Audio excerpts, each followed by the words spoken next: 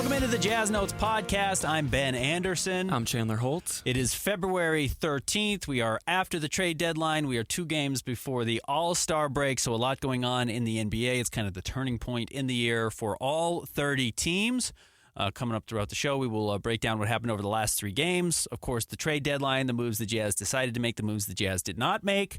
We'll give you our week ahead predictions, our Jazz grades, and of course, as always, our favorite part of the podcast, answering your mailbag questions that you send in.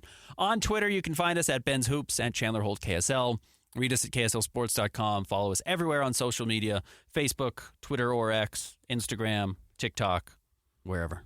At KSL Sports and KSLSports.com. All right, Chandler, last 3 games for the Utah Jazz. Yeah, Jazz go 1-3 in the last week. 2 games, the 2 losses came after the trade deadline, before Fontecchio, Olynyk, and Agbaji were shipped out.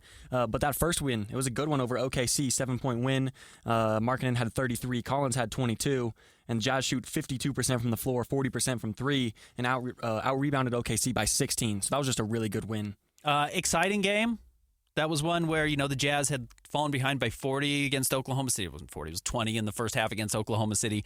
In the last matchup, which was in late January, battled back, tied it in the third quarter, and didn't have enough gas to stop Jalen Williams in the fourth and Shea in the fourth. But the Jazz kind of flipped that script. They were competitive, stayed competitive, overtook OKC, and then held on to that 124-117 win. And it might be the last fun win the Jazz have this season, as far as this team might go for it in the play-in tournament, and they're beating, the number 1 seed at that point in the Western Conference, and it was coming off of beating the number 2 seed in the Eastern Conference in the Milwaukee Bucks, and you kind of thought a little something here, a little something for the fans, and then they trade 3 players and lose to Phoenix 129-115, and what was not an uncompetitive game. Kevin Durant had to play the whole game. He was on the court with 5 seconds left to play, and then they got smothered by Golden State in the fourth quarter. Yeah. That was not, they hung around, but Golden State was in control. And the Jazz haven't really threatened to beat either of their last 2 opponents. Yeah, the Golden State game was definitely a rough one, but looking at Phoenix, there's some interesting things there. First, the Jazz out-rebounded the Suns by 15. Yeah. They had 14 more offensive rebounds than the Suns did. But Phoenix shoots 59.1% from the floor and 48% from 3. Yeah. So when you're hitting shots like that, it's just going to be really tough to win, even if you dominate the boards. Yeah, well, the Jazz are a really bad defensive team. They had that weird stretch where they were suddenly very good in late December, early January, and then they've gone back to being who they were. And by the way, I don't think that really has anything to do with the trades, because Kelly Olynyk's not a good defensive player. Ochai Agbaji is labeled as a defensive player and doesn't do a whole lot of it. And then Simone Fontecchio played hard on that end. But, the Jazz are not a great defensive team.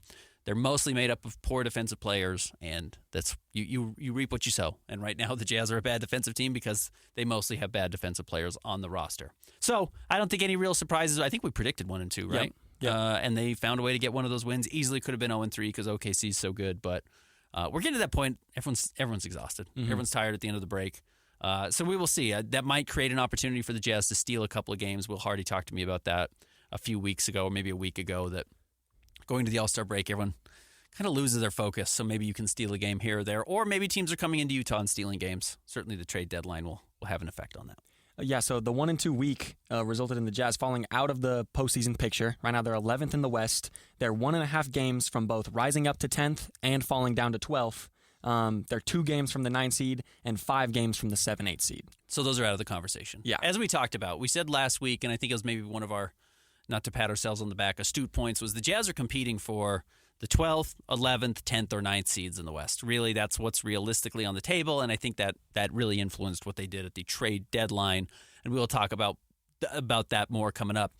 Instead of talking about the news this week, because it's such a big topic with the trade deadline, let's look at the week ahead for the Utah Jazz and what they have over the next couple of games going into the All-Star break. Yeah, so they're going to host the Los Angeles Lakers on Wednesday, and then host Golden State on Thursday, and then that's the last game before the All-Star break starts. You've already lost to the Warriors. If you lose to the Lakers on Wednesday night, you're already 2 games back of them. Now you're 3 games back going into the All-Star break, and you're a game and a half back of the Warriors. If they win their next game, and then the Jazz lose again, they're going to be 2+ games back of the Warriors.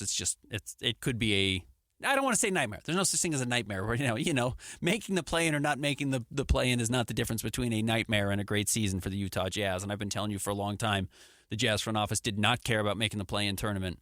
But realistically, the Jazz reshape how they're playing the second half of the season if it's no longer realistic that they can get the 10th seed. Yes, very true. Maybe expect some more Taylor Hendricks minutes, even though he has been fully moved into the rotation now, and Bryce Sensabaugh.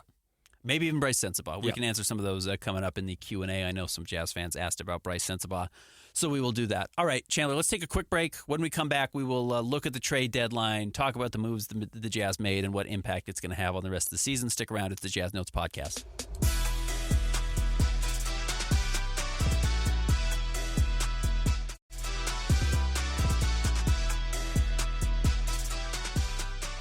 Welcome back to the Jazz Notes Podcast. Ben Anderson, Chandler Holt. All right, Jazz, other than the Knicks, were arguably the most active team at the trade deadline, right? I mean, Yeah.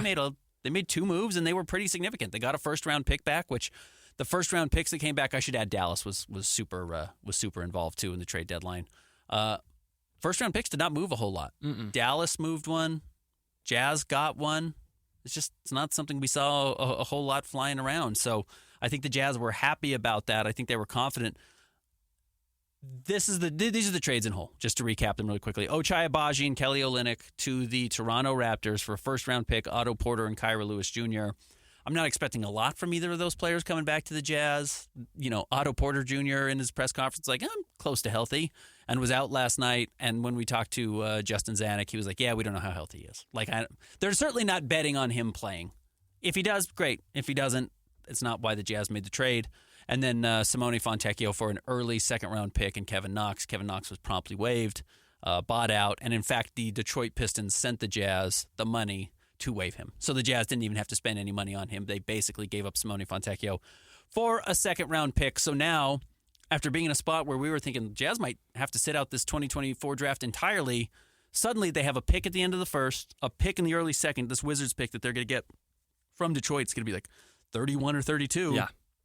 And you might now get a top 10 pick. So all of a sudden you have 3 picks in the top 35, and that's a totally different conversation than 0 picks in the top. I think there's only 58 this year because I still think there are 2 teams that have lost draft picks because of tampering or whatever. So it's a big change. It totally changes the summer for the Utah Jazz, and then it changes what we see from this roster for the rest of the season.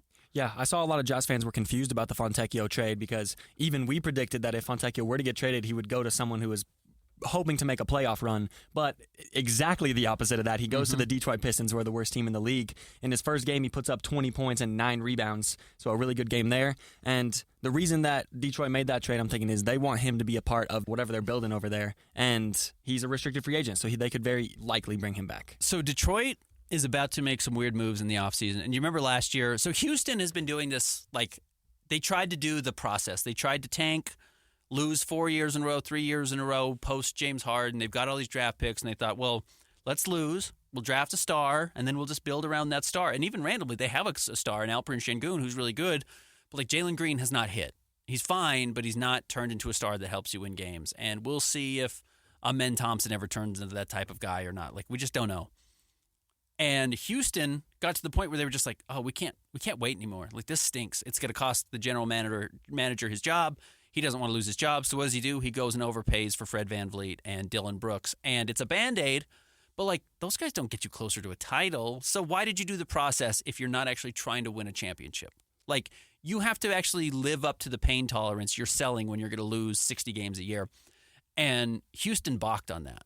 Detroit's going to do the exact same thing this summer. They are going to go out and they're going to overpay Tobias Harris and Kelly Olynyk and Simone Fontecchio to not artificially, but to bounce back from 20 wins over the last 3 years to 38 wins and at least say, like, hey, we're in the play-in conversation.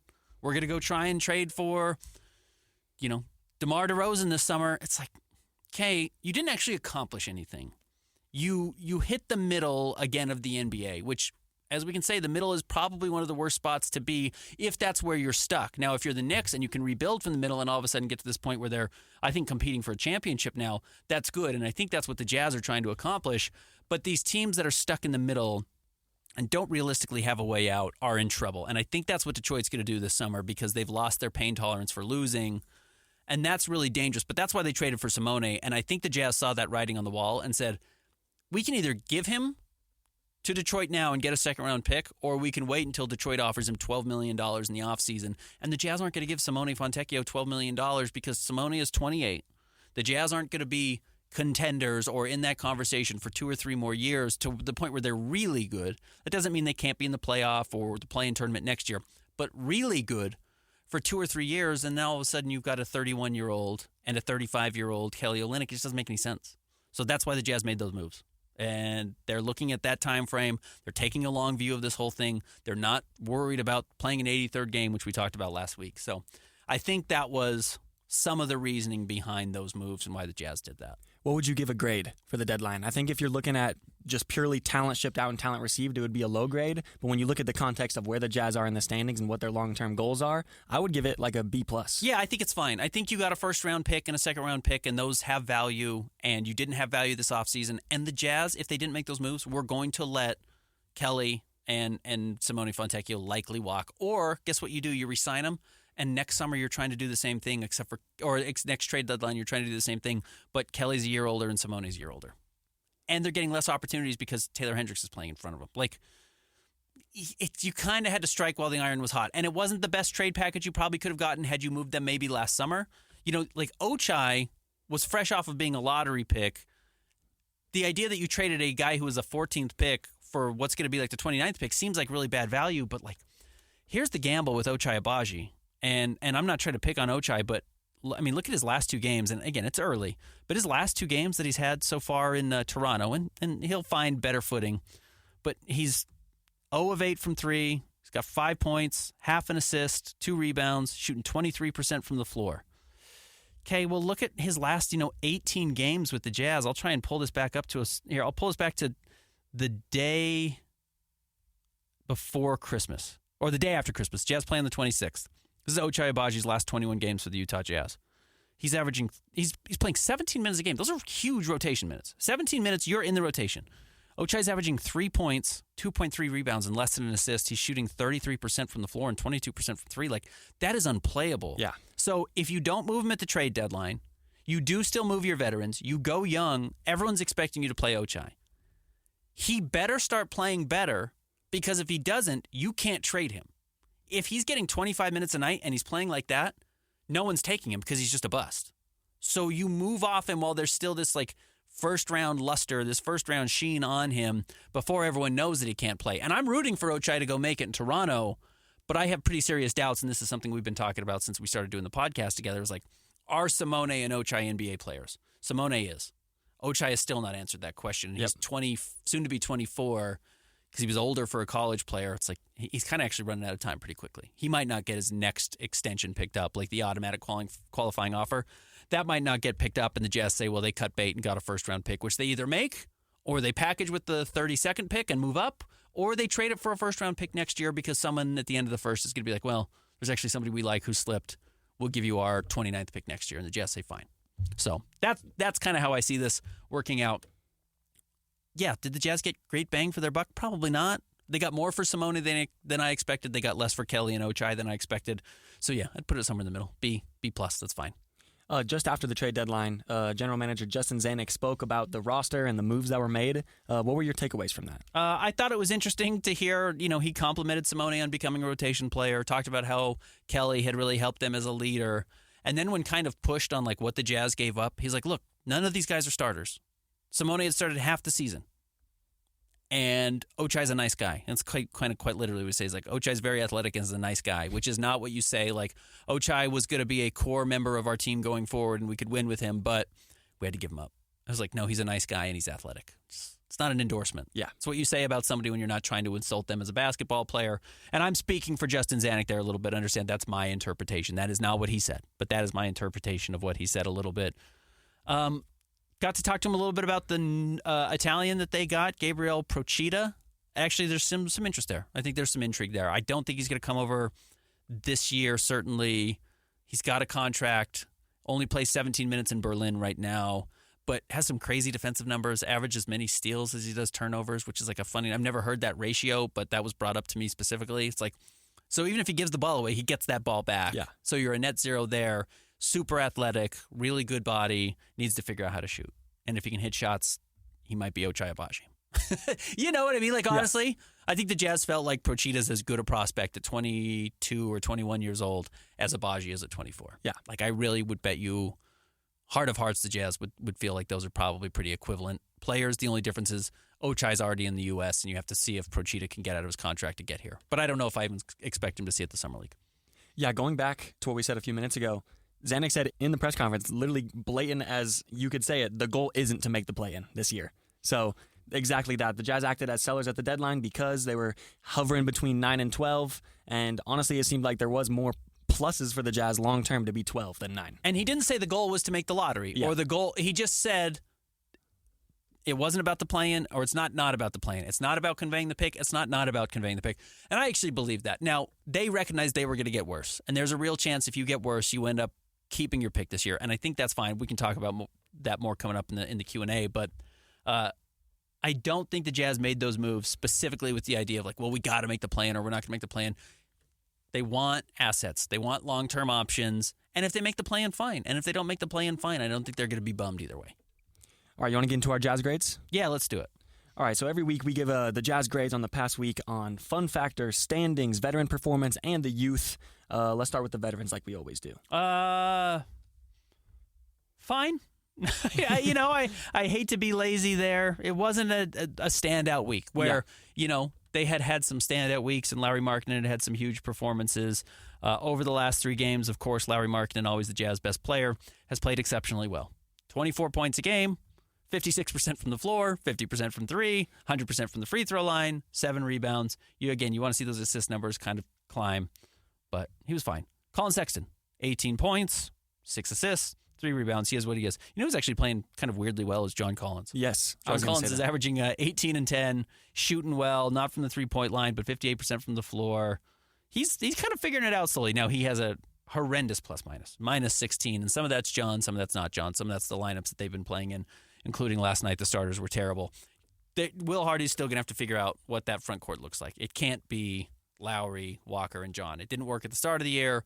They're kind of testing it again now, and I think he's going to make the change after the All-Star break and not start those 3 together. It could be as soon as the Lakers game, but I don't think that works out necessarily. So, kind of what we expected. Jordan Clarkson was not great shooting the ball from the floor, but shot 38% from 3, which is a good number from Jordan. Assists were down, rebounds were a little down. He wasn't great. So, B-, C+. I was going to say B-. Clarkson did have 22, 7 for 17 against the Warriors.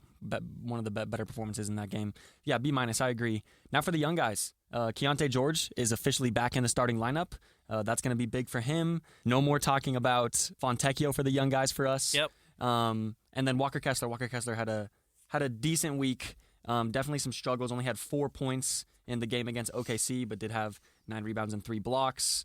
And then Taylor Hendricks has also moved into the full rotation now, which is big for him as well. Honestly, I think I'm going to go for a similar grade, like a C+, B-. Yeah, Keontae George has really struggled his last 2 games. He's 1 of 11 from 3 because his role is changing, and he will adjust. The nice thing that you've seen from Keontae George consistently is he bounces back. He'll have a stretch of 4 games where he scores 7 total points, 8 total points, and then he'll have 22. And it's like, oh, yeah, he's young. And the nice is that the flashes always come back. He never really has sunk fully, and I don't expect him to. Taylor Hendricks is completely lost. Taylor looks worse today than he did in mid-December when he got into the rotation and was playing better. So I expect him to figure it out. I just think it's a big jump, and there's a lot of pressure, and he'll get to the All-Star break and get some practices under his belt and start to look good again.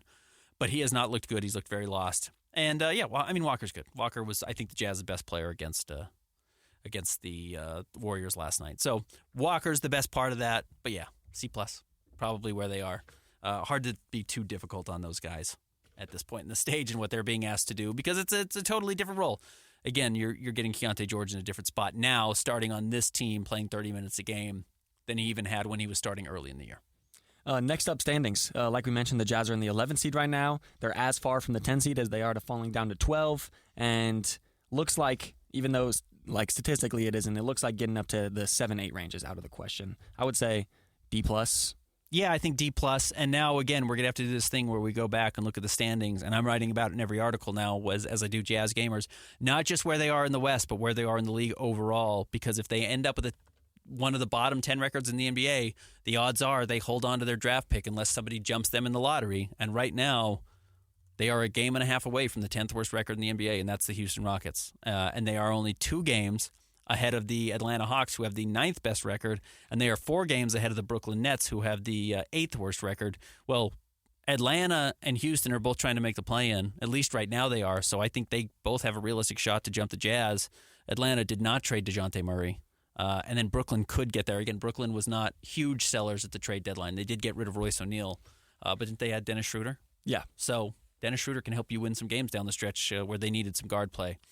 And Spencer Dinwiddie's a weird person. So they don't have Spencer Dinwiddie anymore that they're dealing with, who can play, but is admittedly bizarre. So we will see. But I think there's a realistic chance the Jazz get jumped by at least one or two teams. Yep. In the overall standings in the NBA and end up with their draft pick. Next up, fun factor. I would say another lower grade here. The loss to Golden State and loss to Phoenix were not very fun ones. Maybe even like a D-. Yeah, I'd say D. I mean, the OKC game was great. Yeah, it was. So I will give, you get an A for that game, and then you put back-to-back Ds. It's like, yeah, okay, you get a D, D+, whatever. Yeah. Yeah, somewhere in that range. All right, you want to get into the mailbag? Yeah, let's do it. As always, every Tuesday around 11:15, I'll send out a prompt on social media asking you to send in your Utah Jazz and NBA questions, and then we answer them both on this podcast and in a Q&A article that gets sent to your mailbox. You can subscribe to the Jazz Notes newsletter, and it gets to you before it gets to anyone else. So make sure you do that at KSLSports.com. Chandler, what's first? First up from Utah Jazz News, the 2024 pick restricts future picks if we keep it this year, but how big of a deal is it in the grand scheme of things? Just not being able to trade our own 25 or 26 picks, how much does that limit our flexibility? Because I feel like it's being blown out of proportion a little bit. So I think the Jazz are going to try and thread a needle here, if I'm telling you the truth. I think they're going to end up with a top 10 pick this year. They're going to try and convey the pick next year when they have both the Cleveland Cavaliers and the Minnesota Timberwolves picks owed to them. They'll lose their own by conveying it to OKC. And then in 2026, they get back their opportunity to have a draft swap with the Cleveland Cavaliers or the Minnesota Timberwolves. That comes back into play. So that's a big deal because what you don't want to do is not convey the pick this year, which is top 10 protected. Not convey the pick next year, which I think is still top 10 protected. Maybe it's top 8, but regardless, not convey it. And then get to 2026 in the post-Donovan Mitchell Cleveland Cavaliers era where the Cavaliers are suddenly bad and the Jazz could swap draft picks with them, but they can't swap it because they owe their 2026 pick to the Oklahoma City Thunder because it hasn't conveyed in 2024 and hasn't conveyed in 2025. So even if the Cavs got the number 1 pick and the Jazz had the 28th pick, they couldn't swap it because that 28th pick has to go to Oklahoma City. Now, you lose all protections in 2027, and it actually turns into 2 second-round picks. So I think the Jazz are saying, this is my guess, you're so close already to getting another top 10 pick. You don't want to have 5 years of top 10 picks in a row, but 2 is okay. And you had Taylor Hendricks last year. Maybe you just get one more top 10 pick this year because you've already done most of the work, right? Like you've done the trades. There's only 30 games left in the year. Yes, it stinks. You're asking the Jazz fans to have a pain threshold that they probably don't want to have. But be bad again this year. Get another top 10 pick. And then next year, try and be in the teens, get to the play and convey the pick to OKC, which every pick in the teens is never going to be that good, even though next year's draft is supposed to be better than this year. And then 2026, you're totally have the ability to swap your pick again. I honestly think that's what the Jazz are trying to do. And it's narrow, and it's going to take some things to fall into place for that to work. But you know what? If you want to spend money this offseason, you can probably guarantee yourself to finish in the teens next year and convey the pick and set yourself up well for 2026 and still add your top 10 pick this year. Like, honestly, when I think about a 24-month plan, that's probably what I would do too. I get it. You're asking Jazz fans to suffer. It's probably what you got to do to get another top 10 pick, not be terrible next year, convey the pick, and then have your swap rights in 2026. So it does limit your flexibility a little bit, but I actually think overall that's probably the best strategy. Next up, from Jake the Lynx, sounds like players were especially upset last night. Do you think the players were more upset about who was traded at the deadline and teams suddenly having less talent, or okay with remaining talent on the team, but upset at rotations and playing time? Okay, I was in the locker room last night too. I did not get the same impression that other people had. I did not quite see that the way I have seen some of the reports. I do think there was frustration. I do think the Jazz are a little, some of the players are like, well, next 30 games, we're not really competing for the play-in tournament. Like, you're just not going to without Kelly and Simone Fontecchio. You're not as good as you were.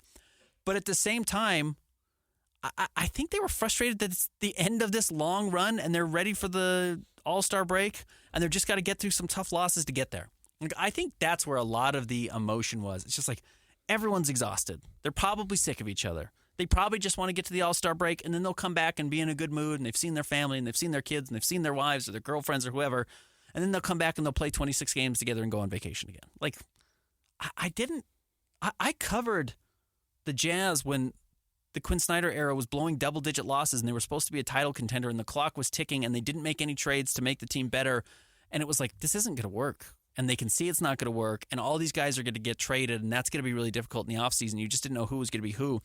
And they were just not performing up to their talent level. And I thought those were worse locker rooms than what I saw last night. Like, I don't know if I would even say the Jazz locker room was one of the 10 worst I've ever seen. Like, I just didn't get that impression at all. And I was listening to the conversations, and I was talking to guys independently and hearing stuff, and I just didn't quite get that. Now, I do think there was a realization that the Jazz might not be playing for much over the next 29, 30 games. I think the players realize that. And I think that's hard. I think it's hard on the front office, too. But I didn't get this. Like, this thing's going to collapse, and there's going to be a mutiny, and they're going to fall apart, and it's going to be toxic, and it's going to be so toxic that it poisons the well for Lowry marketing going forward. I didn't get that at all. So maybe I'm wrong. Maybe I misread it, but that's just not what I got at all. I think it has more to do with everyone being tired and losing a couple of difficult games going into the All-Star break than it did like this big picture conversation. Just my opinion.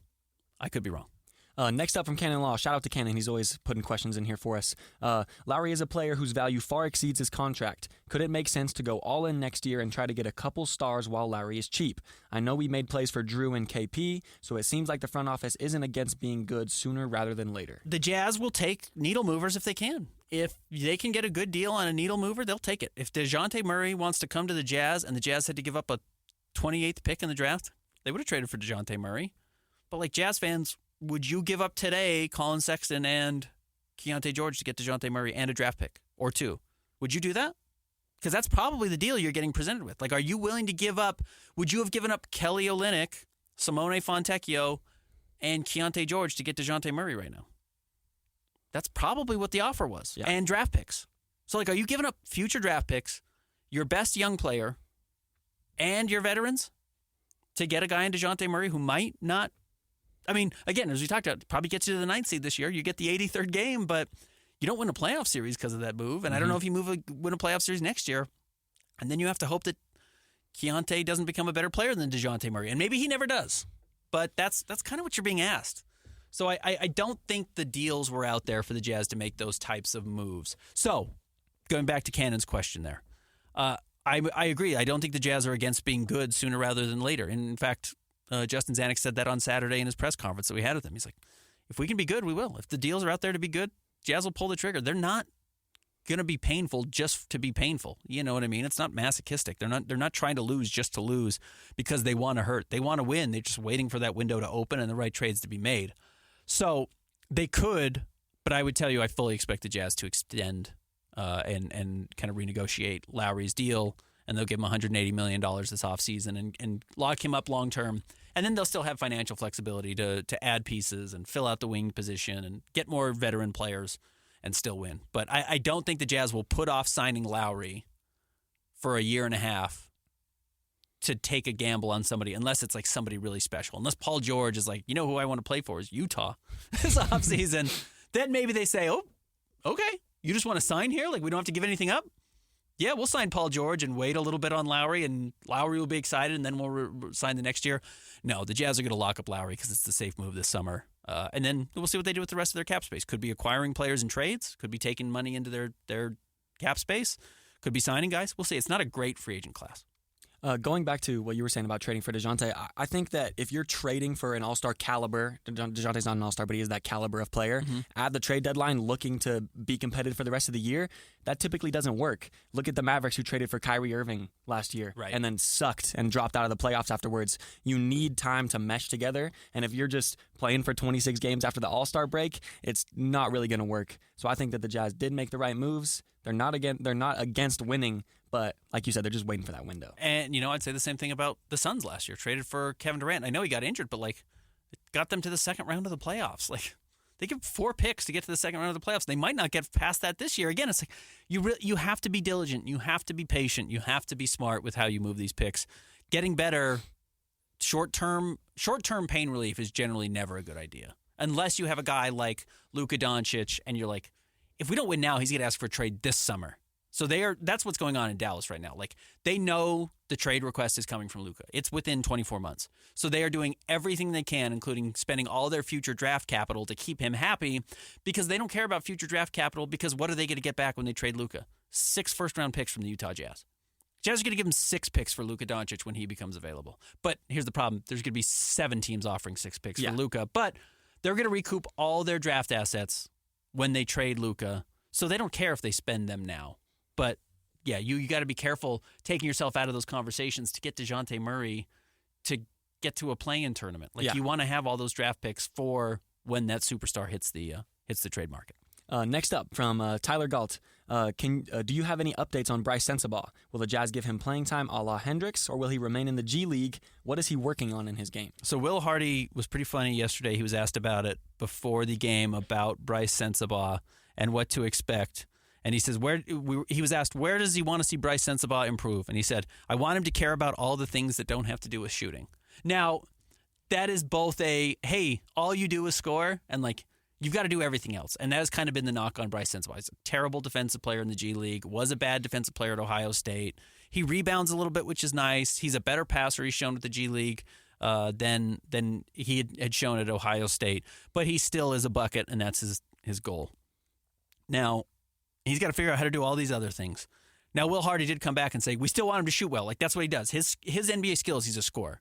And there are guys in the NBA right now like Cam Thomas, not Cam Johnson, but Cam Thomas with the Nets, who are a bucket. He is the leading scorer on the Nets over Mikal Bridges, over Cam Johnson.